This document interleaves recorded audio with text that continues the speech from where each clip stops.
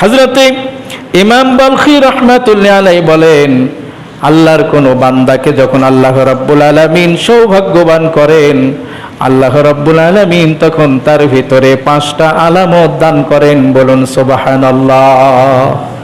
যখন কোনো ব্যক্তি সৌভাগ্যবান হয়ে যাবে, আপনি আমি যদি নিজের দিকে লক্ষ্য করে দেখি, এই 5টা গুণ যদি আমাদের অন্তরের ভিতরে থাকে, বুঝতে হবে ইমাম বালখী রাহমাতুল্লাহ আলাইহি বলেন, আল্লাহ রাব্বুল আলামিন তাকে সৌভাগ্যবানদের কাতার বন্দী করেছেন। বলুন সুবহানাল্লাহ।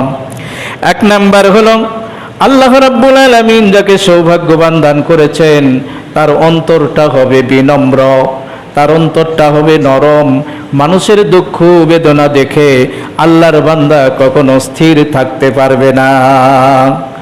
2 নাম্বার তার গুণাবলী হলো, আল্লাহর ভয়ে, জাহান্নামের ভয়ে, কোরআনের ভয়ে আল্লাহর বান্দার চোখ বেয়ে বেয়ে মনের অজান্তে কান্না চলে আসে। বলুন সুবহানাল্লাহ। 3 নাম্বার, দুনিয়ার জীবনে আল্লাহর বান্দার কোনো বড় আশা আকাঙ্ক্ষা থাকবে না। যেমন আছি তেমন ভাবে চলার জন্য আল্লাহর শুকরিয়া আদায় করে। 4 নাম্বার, আল্লাহর বান্দা দুনিয়ার প্রতি তার মন আকৃষ্ট থাকবে না।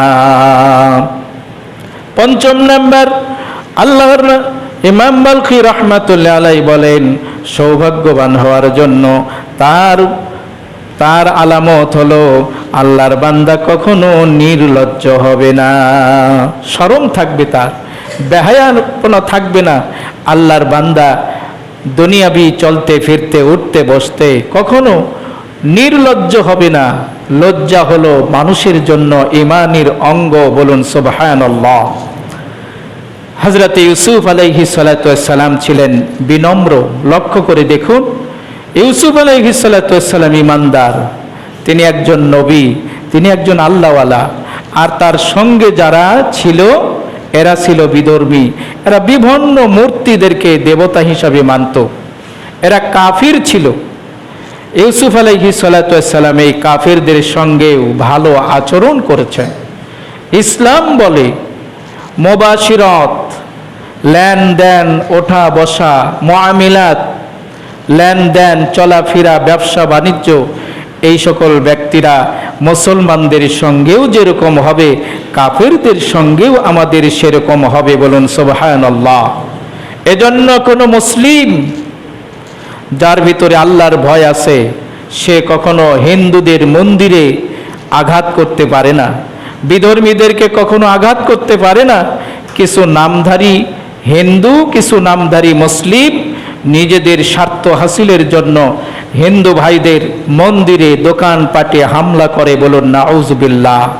ইসলাম এটাকে সমর্থন করে না। মুসলিম এবং ইহুদি খ্রিস্টানদের ভিতরে পার্থক্য দেখুন। ভারতের উগ্রবাদী হিন্দুরা মুসলমানদের ধর্মীয়, আমাদের সবচেয়ে গুরুত্বপূর্ণ জায়গা মসজিদ ভেঙ্গে মন্দির তৈরি করে, আর বাংলার জমিনের মুসলমানেরা হিন্দুদের মন্দির পাহারা দেয়। বলুন সুবহানাল্লাহ। এটাই হলো মুসলিমদের ভিতরে আর কাফিরদের ভিতরে পার্থক্য। ইউসুফ আলাইহিস সালাতু ওয়াস সালাম যে জেলখানায় ছিলেন, সকলেই ছিলেন কাফির, কিন্তু তাদের সঙ্গে তিনি এমন আচরণ করেছেন, এমন ভালোবাসা দেখিয়েছেন, সকলে এক বাক্যে স্বীকার করেছেন, ইউসুফ, আমাদের চোখে তুমি একজন ভালো মানুষ। বলুন সুবহানাল্লাহ।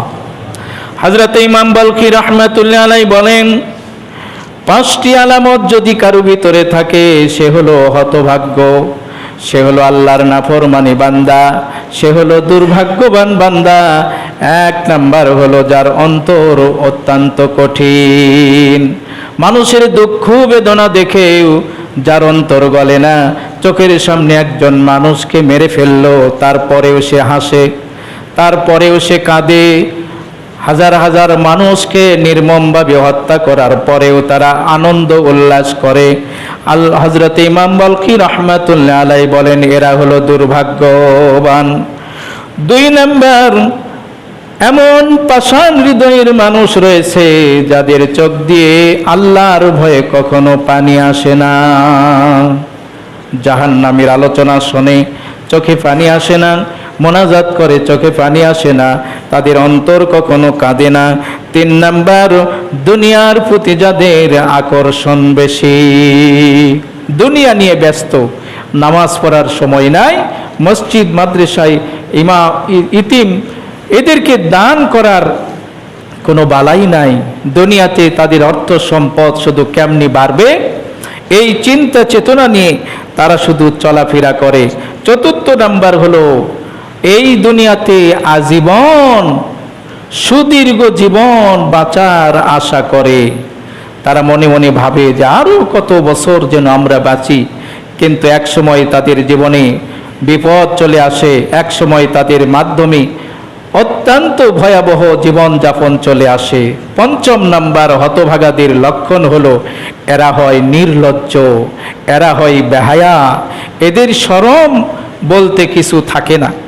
হযরত ইউসুফ আলাইহিস সালাতু ওয়াস সালামকে আল্লাহ রাব্বুল আলামিন সৌভাগ্যবানদের কাতারে কাতারবন্দি করেছিলেন। এজন্য এই 5টা গুণ হযরত ইউসুফের ভিতরে পাওয়া গিয়েছিল। বলুন আলহামদুলিল্লাহ।